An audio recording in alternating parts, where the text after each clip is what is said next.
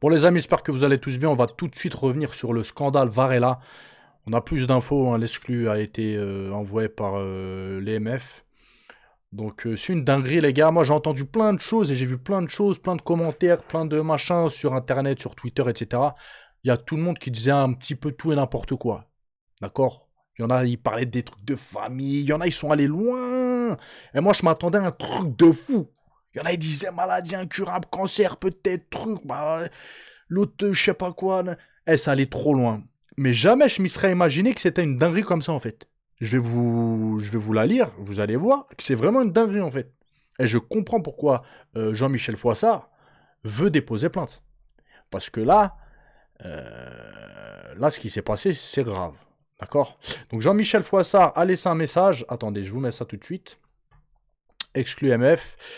Comme promis, en réponse à mon post du 20-12 après le combat, les faits ayant altéré l'état mental de mon combattant se sont déroulés en sortant de la visite médicale officielle la veille du combat.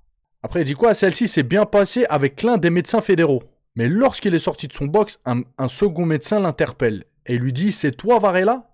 Ça ne sert à rien que tu combattes. Écoutez bien la dinguerie, hein. Même si tu gagnes, on t'enlèvera la ceinture et tu seras déclaré perdant. Et en fait, c'est là le plus grave, je trouve. Il lui dit: si j'étais toi, je ne le ferais pas. En plus de ça, tout le monde dira que t'es un tricheur et un dopé. C'est ça la dinguerie en fait. Dans tout ce qui a été dit, vous allez voir que la story elle continue. Mais pour moi là, c'est ce point-là pour moi qui est le plus grave. Là, il sort de son rôle de docteur en fait en disant ça. Tout a été dit pour que Varela soit totalement découragé en fait. Surtout, en plus de ça, tout le monde dirait que t'es un tricheur et un dopé. En fait, là, Varela, c'est normal que son moral il soit à zéro, qu'il veuille plus combattre. Il y a qui là qui aurait voulu combattre?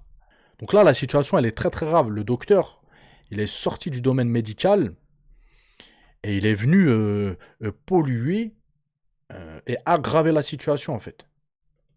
Donc à la suite, Jean-Michel Froissart, il dit quoi? Pour vous expliquer donc, Wilson a passé 4 jours couché avec une angine blanche le 13-12 et il voit un médecin qui lui prescrit un traitement par antibiotiques et cortisone. Après avoir fait des recherches sur les temps d'action des molécules car noté sur la liste des produits interdits, le traitement est arrêté le dimanche car la durée de la demi-vie du médicament est de 3 jours. Le combat ayant lieu le vendredi, cela ne poserait aucun problème pour le contrôle antidopage, avec de plus les ordonnances médicales fournies et tous les textes de la FLD vérifiés. Donc là c'est ça que je comprends pas. S'il a tous les justificatifs, en fait, j'arrive pas à comprendre là. Pourquoi le docteur il lui a dit ça si tout est justifié en fait? Après, Jean-Michel Froissart il continue en disant quoi? Après les mots accusateurs publics de ce médecin, Wilson est remonté dans sa chambre avec son manager et le second coach. Ce jeune homme qui n'a jamais triché de sa vie et qui s'est préparé comme un acharné pendant plusieurs mois pour le combat de sa vie a complètement décompensé psychologiquement dans sa chambre et devant témoins qui m'ont aidé à essayer de le calmer pendant un très très long moment.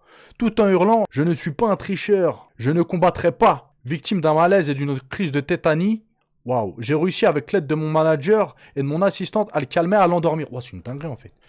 En fait, ouais, c'est une dinguerie, hein. J'ai des frissons, les gars. Parce que, comme il dit, les combattants, les gars, il y en a, ils s'entraînent, ils font des camps d'entraînement pendant 3, 4 mois, 5 mois. Ils subissent d'énormes chocs physiques, dû aux préparations, dû au cutting, choc psychologique. Il y en a, ils s'entraînent, ils voient très peu leur famille. Il y en a, ils vont à l'étranger s'entraîner, etc. Donc, ils ont des souffrances psychologiques, psychiques, etc. Plus physiques, etc.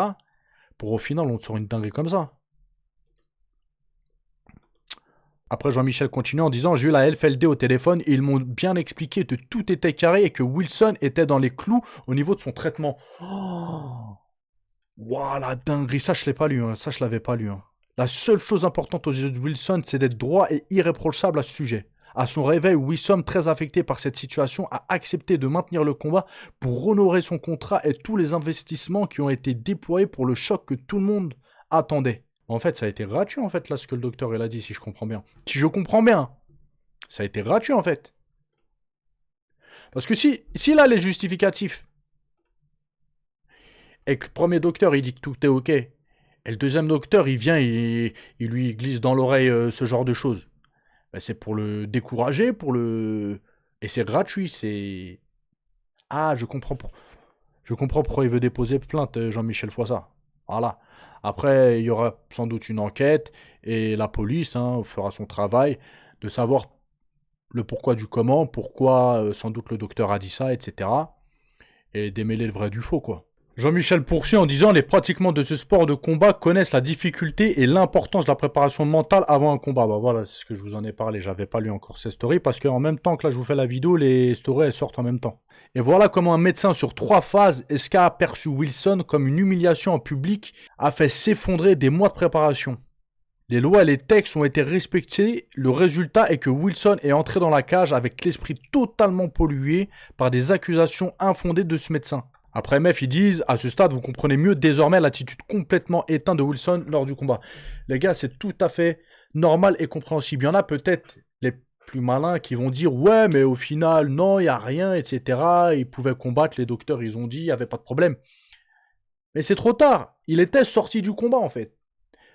Les gars, dans un combat, la psychologie, on va dire que c'est 80% d'un combat, je pense, ou 70%. Demain, tu peux affronter un mec, il est plus fort que toi, physiquement, techniquement, il a plus de cardio, etc. Mais il a un mental faible. Et il voit en face de lui un mec, il est déter, il a un gros mental. Pourtant, il est moins bon physiquement, moins bon techniquement, etc. Mais il a la déter. Dans sa tête, il est déterminé, il part gagnant en fait. Et ben ça, dans le combat, les gars, ça peut jouer. Et ça peut être un plus significatif. Le mental, les gars, on va dire que pour... Oui, c'est le plus important dans un combat, je pense. Ou du moins, ça prend une partie très importante. Et ouais, c'est comme ça.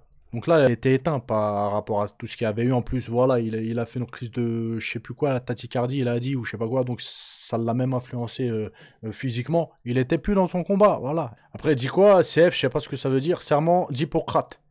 Je promets d'être fidèle aux lois de l'honneur, de la probité. Mon premier souci sera de rétablir, de préserver ou de promouvoir la santé dans tous les éléments physiques et mentaux, individuels et sociaux. Je sais pas ce que c'est ça. Serment d'Hippocrate, c'est pas les trucs du docteur, ça? Qu'on me reprenne, mais je crois que peut-être je dis des bêtises, hein. Mais c'est pas les trucs des docteurs, genre. La santé est un état de complet bien-être physique, mental et social. Elle ne consiste pas seulement à une absence de maladie ou d'infirmité. Surtout un tel niveau de compétition avec de tels enjeux sportifs et financiers. Exactement. Exactement. Déjà, les gars, pour combattre devant telle personne, pour combattre un champion comme Saladin, etc., faut être prêt psychologiquement, les gars. Faut être prêt physiquement, mais aussi psychologiquement. C'est ça que je vous disais là, un peu plus tôt dans la vidéo. Alors, un truc comme ça te pollue. Ça joue sur le mental. Et ton mental, si tu as un mental en berne, forcément, ça peut jouer sur tes capacités pendant le combat. Voilà, c'est comme ça. Bah, on comprend maintenant ce qui s'est passé. On comprend pourquoi Varela est pas bien. Bah, je sais pas, hein. Après, c'est pas de la faute à Saladin, ni au compte Saladin, etc. Eux, ils ont fait ce qu'ils avaient à faire. Saladin, gros champion, très très fort. Mais voilà, on peut comprendre et soutenir Varela. Voilà. Bref, les amis, je vais vous laisser.